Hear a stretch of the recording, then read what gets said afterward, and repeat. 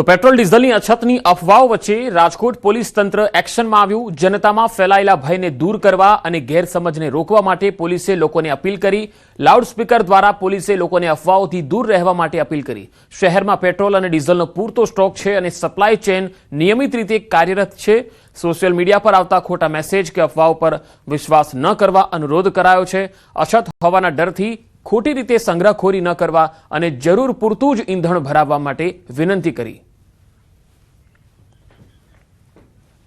Petrol के diesel की कोई शॉर्टेज नहीं એટલે ખોટું પેનિક ના ફેલાવી। આપણે આવો જે એપિસોડ 2-4 દિવસ પહેલા દેશના વાર્તામાં પણ જોયો હતો તો કેન્દ્ર સરકાર અને રાજ્ય સરકાર સતત પેટ્રોલ અને ડીઝલનો જથ્થો છે એ પેટ્રોલ પંપ ધારકોને પૂરો પાડે છે।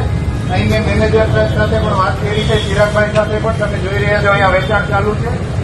આપણે એક બે વસ્તુ કરીએ જેનાથી પેનિક ક્રિએટ ન થાય। સૌથી પહેલું કે આપણે સોશિયલ મીડિયામાં કોઈ ખોટા મેસેજ આવે તો એને ઇગ્નોર કરીએ, તેમજ આપણે એ મેસેજને ફોરવર્ડ ના કરીએ। બીજા નંબરની અંદર આપણો દૈનિક જેટલી જરૂરિયાત છે એટલો જ પેટ્રોલ અને ડીઝલનો જથ્થો મેળવીએ। રાજકોટમાં પેટ્રોલ પંપ પર સતત બીજા દિવસે ભારે ભીડ જોવા મળી રહી છે। મવડી વિસ્તારમાં આવેલા પેટ્રોલ પંપ પર વહેલી સવારથી જ વાહન ચાલકોની લાંબી લાઈનો લાગી, જ્યારે મોડી રાત્રે પણ લોકો ઈંધણ ભરાવવા માટે ઉમટી પડ્યા। પરિસ્થિતિને ધ્યાનમાં રાખીને પોલીસ દ્વારા રાત્રે પણ લોકોને શાંતિ જાળવવા અને અફવાઓથી દૂર રહેવા અપીલ કરવામાં આવી। જિલ્લા વહીવટી તંત્રએ પણ સ્પષ્ટ કર્યું કે પેટ્રોલનો જથ્થો પૂરતા પ્રમાણમાં ઉપલબ્ધ છે, છતાં ખોટી અફવાઓના કારણે લોકોમાં ભય ફેલાયો છે અને ધસારો વધી રહ્યો છે। રાજકોટમાં સતત બીજા દિવસે પેટ્રોલ પંપ પર વાહન ચાલકોનો ધસારો જે જોવા મળી રહ્યો છે। ખાસ કરીને અત્યારે અહીંયા મોટી સંખ્યામાં વાહન ચાલકો છે તે પેટ્રોલ પુરાવા માટે પહોંચી રહ્યા છે। સતત બીજા દિવસે જે છે કલાકો સુધી વાહન ચાલકો છે તે લાઇનમાં ઉભા રહી અને અત્યારે અહીંયા પેટ્રોલ પુરાવી રહ્યા છે। આપ દ્રશ્યો જોઈ શકો છો। રાજકોટ શહેરમાં કેટલાક ખાનગી પેટ્રોલ પંપ બંધ છે તો એમના કારણે અન્ય પેટ્રોલ પંપ પર પણ ધસારો વધ્યો છે। બીજી તરફ જે છે તંત્ર પણ સતત અપીલ કરી રહ્યું છે લોકોને કે પેટ્રોલનો જથ્થો પૂરતા પ્રમાણમાં છે, કોઈ અફવામાં ન આવે। આમ છતાં પણ જે છે કહી શકાય કે વાહન ચાલકો છે તેમની ભીડ સતત વધતી જોવા મળી રહી છે। કન્ટિન્યુ જે છે અલગ અલગ પેટ્રોલ પંપ પર લાંબી લાઈનો જોવા મળી રહી છે। હાલ આપણી સાથે અહીંયા વાહન ચાલક છે, આપણે એમની સાથે પણ વાત કરવાનો પ્રયાસ કરીશું। શું કહેશો, તમે કેટલી વારથી લાઈનમાં ઉભા હતા? અમે અડધી પોણી કલાકથી લાઈનમાં ઉભા હતા અને ખૂબ જ સારી વ્યવસ્થા છે। પેટ્રોલમાં વારો આવી જાય છે। કાલ સાંજે પણ પેટ્રોલ માટે આવ્યા હતા, બીજી ગાડીમાં પેટ્રોલ પુરાવીને ગયા છે, વારો આવી જાય છે। પેટ્રોલનો સ્ટોક પૂરતો હોય છે। કાલ સાંજે હું આવ્યો તો ત્યારે પણ અહીંયા ગાડી ખાલી થતી હતી, એટલે પેટ્રોલનો સ્ટોક તો હોય છે અને રેગ્યુલર આપણે પેટ્રોલ બધાને આપે જ છે અહીંયા સર। અહીંયા મેનેજર પણ છે, શું કહેશો સામાન્ય દિવસો કરતા કેટલી ભીડ? સામાન્ય દિવસો કરતા અત્યારે 8-10% વધારે છે, 8-10 ગણી વધારે છે। અંદાજિત 15-17 હજાર લીટર પેટ્રોલ જતું અને અત્યારે એનાથી 3 ગણું વધી જાય। સવારમાં 5 વાગ્યાથી લાઈન ચાલુ થઈ ગઈ હતી, અમારો પંપ 6 વાગે ઓપન થઈ છે। 6 વાગ્યાથી અમે સતત પ્રયાસ કરી હતી કે કસ્ટમર કોઈ હેરાન ન થાય અને એને પૂરતો સંતોષ મળી રહે। જે રીતના વાહન ચાલકો છે તે પણ જે અહીંયા આવી રહ્યા છે, બીજી તરફ પેટ્રોલ પંપ સંચાલકો છે તે પણ જે છે એ સતત જે પ્રયાસ કરી રહ્યા છે કે લોકોને હાલાકી ન પડે। સાથે સાથે અહીંયા પેટ્રોલનો જથ્થો પૂરતો હોવાનું પણ ક્યાંક લોકો કહી રહ્યા છે। જોકે આમ છતાં પણ ક્યાંક ને ક્યાંક જે છે લોકોમાં જે ક્યાંક અવિશ્વાસ જોવા મળી રહ્યો છે, એમના કારણે જે પેટ્રોલ પંપ છે ત્યાં ભારે ભીડ પણ જોવા મળી રહી છે। હાર્દિક જોશી, ન્યૂઝ 18 ગુજરાતી રાજકોટ।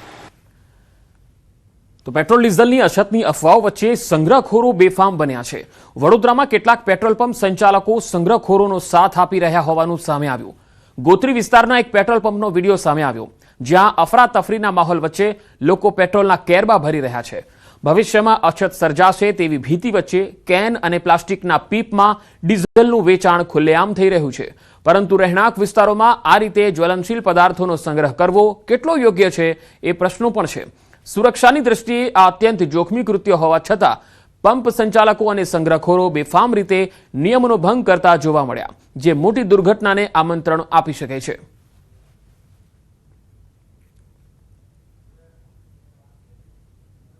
તો જૂનાગઢની તસવીર પણ આપણે બતાવીએ। જૂનાગઢમાં પેટ્રોલ પંપ પર લાઈનો યથાવત જોવા મળી છે। શહેરના તમામ પેટ્રોલ પંપ પર વહેલી સવારથી જ લાંબી કતારો છે। જિલ્લામાં પેટ્રોલ ડીઝલનો પૂરતો જથ્થો ઉપલબ્ધ હોવા છતાં પણ લોકો અછત સર્જાશે એવી અફવાઓના કારણે અને આવી અફવાઓમાં આવી જતા હોય છે એના કારણે પેટ્રોલ ભરાવવા માટે પહોંચી રહ્યા છે. કેટલી ગેરસમજ લોકોમાં ભરાયેલી છે અને એ દૂર નથી થતી, એક સૌથી મોટી કમનસીબી પણ છે. વહીવટી તંત્ર દ્વારા લોકોને વારંવાર અપીલ થઈ રહી છે કે ખોટી અફવાઓથી દૂર રહો. પૂરતા જથ્થા વચ્ચે સવારથી પેટ્રોલ પંપ પર લાંબી કતારો યથાવત છે, જે બતાવે છે કે લોકો ગેરસમજમાં જ રહે છે અને લોકોને સાચું જે આપવામાં આવે છે, સૂચનાઓ આપવામાં આવે છે, એમાં રસ નથી હોતો.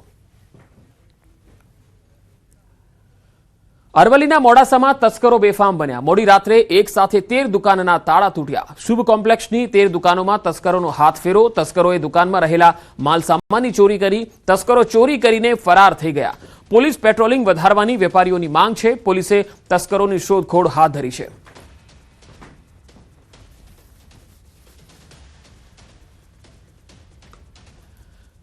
દ્વારકામાં ગણતરીની મિનિટોમાં હાર્ટ એટેકથી મૃત્યુ થઈ ગયું. કલ્યાણપુર તાલુકાના ચૂર ગામમાં વૃદ્ધનું મોત થઈ ગયું. ગણતરીની મિનિટોમાં જ હાર્ટ એટેકથી મોત થતા અફરાતફરી મચી. રસ્તા પર ચાલતા વૃદ્ધને અચાનક હાર્ટ એટેક આવ્યો અને આખી ઘટનાનો વિડીયો સીસીટીવીમાં પણ કેદ થયો છે. કલ્યાણપુર તાલુકાના ચૂર ગામમાં હાલ શોકનો માહોલ છે. તસવીરોમાં તમે જોઈ શકો છો કે એક વૃદ્ધ છે જે અચાનક તેને હાર્ટ એટેકથી મૃત્યુ થઈ જાય છે. રસ્તા પર જે લોકો છે એ તેને જોવે છે કે એક વ્યક્તિ છે, વૃદ્ધ છે, તે ત્યાં પટકાયો છે, ત્યારે તેને સારવાર માટે લઈ જવા માટે પણ તેઓ પ્રયત્ન કરે છે, પરંતુ ગણતરીની મિનિટોમાં હાર્ટ એટેકથી આ વૃદ્ધનું ત્યાં જ મૃત્યુ થઈ જાય છે. કલ્યાણપુર તાલુકાના ચૂર ગામનો આ બનાવ છે. ગામમાં શોકનો માહોલ છે. વધુ માહિતી મેળવીએ.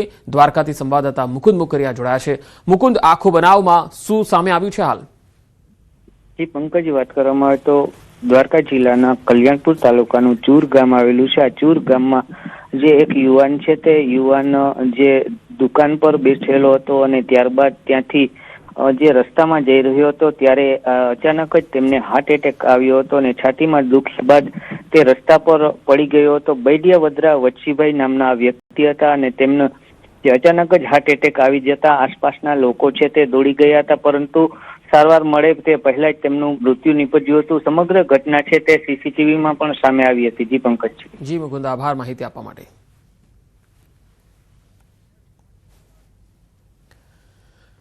સુરત હવે ફાયર સેફટી ક્ષેત્રમાં આગળ વધી રહ્યું છે. શહેરમાં રાજ્યની પ્રથમ ફાયર સેફટી એકેડેમી સ્થાપિત કરવામાં આવી રહી છે, જે શરૂ થયા બાદ વિદ્યાર્થીઓ અને યુવાનોને અન્ય રાજ્યોમાં જવાની જરૂર નહીં પડે.